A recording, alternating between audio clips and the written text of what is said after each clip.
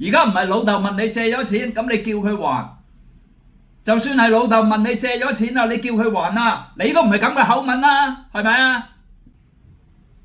所以咧，400幾年後咧，即係今日咧，我哋仲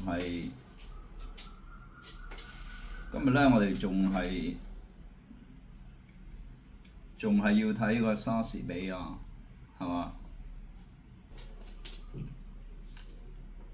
人性嘅卑劣咧，以前係咁樣，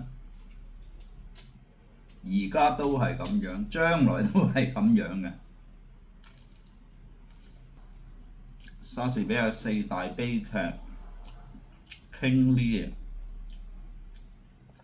李爾王個仔背叛咗佢老豆 ，betray his old father， 跟住咧就並且係 scheming against his brother， 即係密謀咧係對付咧佢嗰個細佬。